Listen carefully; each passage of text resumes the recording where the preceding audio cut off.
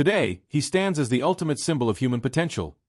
A man who didn't just conquer bodybuilding, but rewrote the playbook of success across sports, Hollywood, and politics. Arnold Schwarzenegger, an icon who turned raw ambition into reality, inspiring millions to push beyond their limits. But his story doesn't begin under bright lights or standing on an Olympia stage. It begins in a cold post-war village in Austria, where dreams were rationed and futures seemed already decided.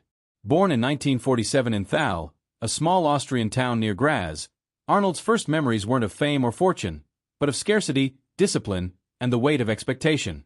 His family lived in a modest house with no running water and a shared toilet outside. Winters bit through the walls, and the fireplace was their only relief from the frost. His father, Gustav Schwarzenegger, was a strict police chief and a war veteran, stern and imposing. Discipline wasn't just a guideline, it was law in the Schwarzenegger household. Gustav expected toughness, order, and obedience, and Arnold often felt like he was living under the gaze of a drill sergeant.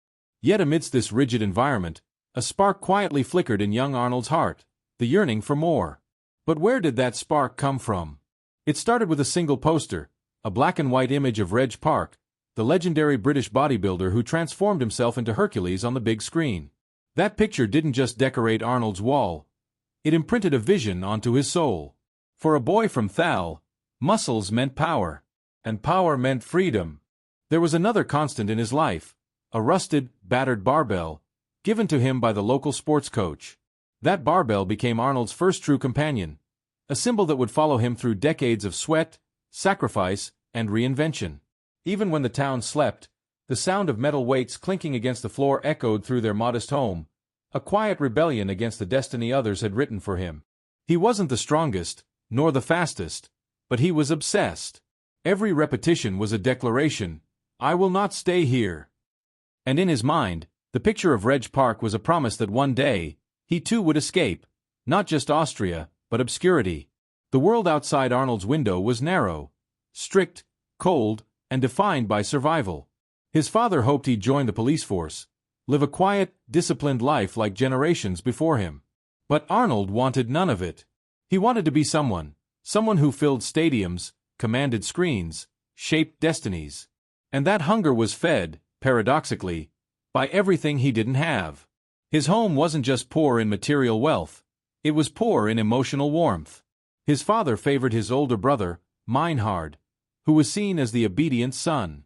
Arnold, in contrast, was seen as the rebel, too stubborn, too wild in his ideas. The favoritism cut deep, and though he rarely spoke of it, it fueled a silent vow. One day, you'll remember my name. His childhood was defined by brutal discipline, his father waking them at dawn for chores, no excuses. But the irony? That same discipline laid the foundation for Arnold's unbreakable work ethic. By the time other kids played, Arnold had already finished hours of lifting, running, visualizing a future beyond those gray skies. At 14, he discovered weightlifting officially. He'd sneak into gyms, build equipment from scrap, and study magazines with a reverence others reserved for sacred texts. Every image of Reg Park, Steve Reeves, or Jack LaLanne wasn't just inspiration, it was a blueprint. But it wasn't just the physical struggle. In Austria, bodybuilding was seen as a bizarre, vain pursuit. Teachers laughed at him. His father was ashamed of his obsession. Yet every mockery became fuel. He once said, "When someone said I couldn't do it, that was the moment I knew I had to." It was in the Austrian army, at age 18, that Arnold made his first true gamble. He was required to serve a year, but when a bodybuilding competition, Junior Mr. Europe, coincided with his service, Arnold went AWOL. He left the barracks without permission, risking imprisonment, to compete. And he won. He returned to punishment, a week in military prison. But in his mind, he'd earned something greater. Proof that he could stand above the rest if he was willing to defy the rules. And defy them he would again and again. Because this wasn't just about muscles. It was about proving to the world, and to himself, that even a boy from the frostbitten corners of Thal could become unstoppable. That first taste of victory wasn't enough. It was never enough for Arnold. At 19, he made the decision that would forever change his life. He left Austria behind and boarded a plane to London, alone, with barely any money, speaking almost no English. In London, He was taken under the wing of Charles "Wag" Bennett, a British bodybuilder and coach who saw in Arnold not just potential, but an extraordinary will. Bennett's mentorship became a critical turning point. For the first time, Arnold had guidance, someone who didn't just see a wild Austrian kid, but a future champion. Bennett fed him, trained him, helped him refine his posing, and perhaps most importantly, introduced him to the idea that the mind was as vital as the muscle. Then came America, the land of opportunity. At just 21, Arnold arrived in Los Angeles, barely understanding the culture or language, but fully understanding his mission: become the greatest bodybuilder in history. It was Joe Weider, the legendary publisher and father of bodybuilding, who spotted Arnold's fire. Weider brought him to the U.S., sponsored his training, and exposed him to the heart of the fitness world. But America was overwhelming. He was mocked for his thick accent, his awkwardness, his appearance in a country where he was an outsider in every way. Still, he trained obsessively. His routine was notorious: hours in the gym, perfecting every muscle group, every pose, visualizing the win long before stepping on stage. At just 20, he became the youngest person ever to win the Mr. Universe title. But that was only the beginning. Arnold wasn't content with titles. His mind worked differently. He studied business, learned English aggressively, and read everything from psychology to marketing. He understood that muscles alone wouldn't make him unforgettable. He needed to build a brand. And so he dominated the sport, winning Mr. Olympia not once, but 7 times, with a charisma that made him larger than life. Yet behind every victory was a relentless discipline, a brutal routine, and a vision far beyond the gym. Still, the world only saw the surface. The confident, smirking champion. What they didn't see were the lonely nights, the aching injuries, the self-doubt masked behind that famous grin. But even in his prime, Arnold knew he couldn't stay just a bodybuilder. His eyes were already on Hollywood. But Hollywood wasn't waiting for him with open arms. In fact, every door seemed bolted shut. Producers laughed at his ambitions. They said his accent was too thick, his body too big, his name unpronounceable. One executive famously told him, "Look, Arnold, you have to understand, in Hollywood, your body is strange, your name is strange, your voice is strange, you'll never be a star." For most, that would be the end. But for Arnold, rejection was an invitation to adapt. He took acting lessons, accent reduction classes, and studied the film industry like a business plan. Failure didn't shake him, it trained him. And just when it seemed his acting career would stall, an unexpected opportunity emerged: a low-budget film called Conan the Barbarian. A character that didn't need endless dialogue, just presence, power, and grit. The role fit Arnold perfectly, and when Conan hit the screens in 1982, audiences didn't just see a muscle man, they saw a force of nature. Yet the true turning point came in 1984, The Terminator. James Cameron, the director, didn't even want him as the killer robot at first, but Arnold's intensity, his physicality, and his unshakable focus made the role iconic. With just 17 lines of dialogue, he became a legend.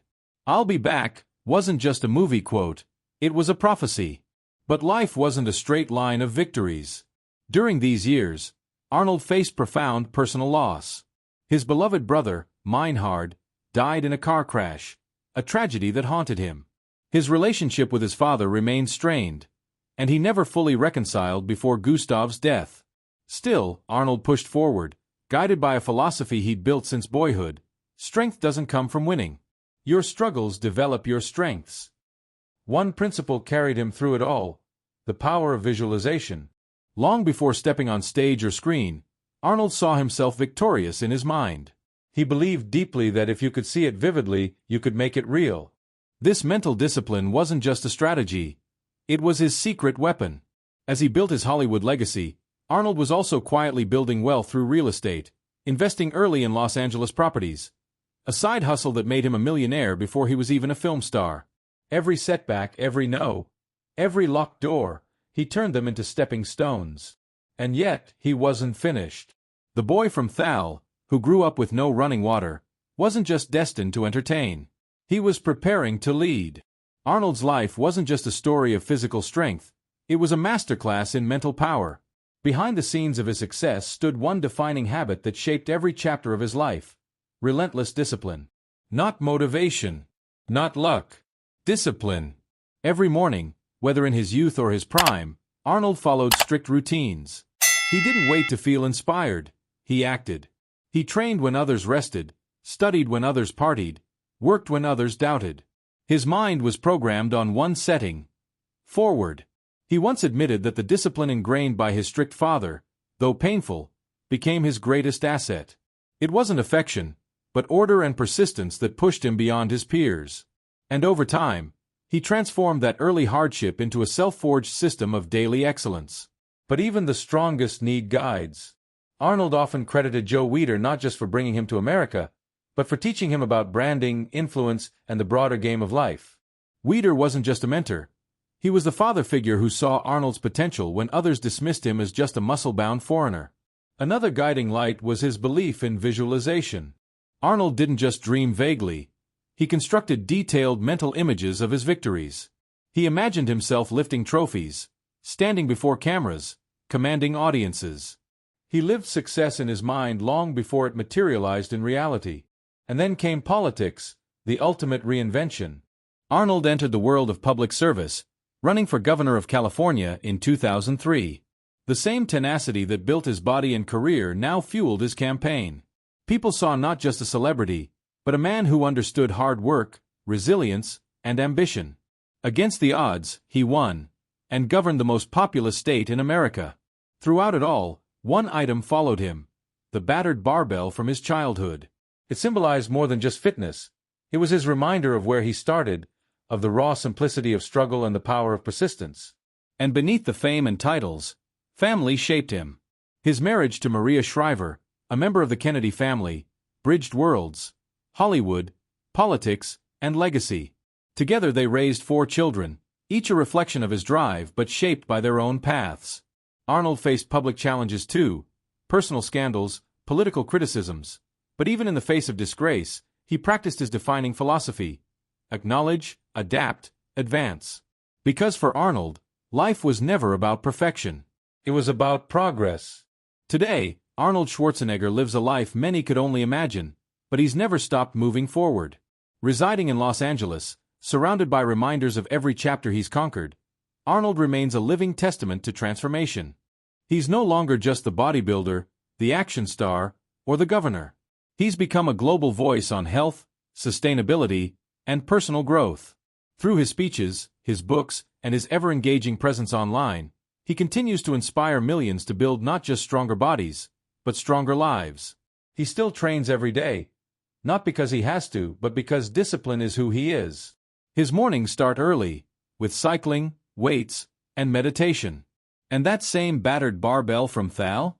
It still sits in his home gym, a quiet monument to the boy who refused to be ordinary. Arnold often speaks of his failures: the lost roles, the political missteps, the personal mistakes. But each time, he reminds us, strength does not come from winning. Your struggles develop your strengths. For him, family remains a cornerstone. Though his marriage to Maria Shriver ended, his relationship with his children is deeply valued. He is present, supportive, and proud, and his journey as a father has softened the sharp edges of his relentless nature. His wealth. He's built it not just through movies or politics, but smart investments, particularly in real estate, that provided financial freedom long before Hollywood fully embraced him. But Arnold doesn't measure success by numbers. To him, success is impact. And that's the message he leaves us. If a kid from a tiny Austrian village, raised in poverty, with a harsh father and no clear future, could climb to the top of the world, so can you. You don't need perfect circumstances. You need discipline. You need vision. And most of all, you need the courage to act when everything tells you to stop. So take that first step. Visualize your victory. Build it brick by brick. Like Arnold says, be useful. Be relentless. And never ever think small. Because somewhere, in a quiet room, there's a rusted barbell waiting for the next champion.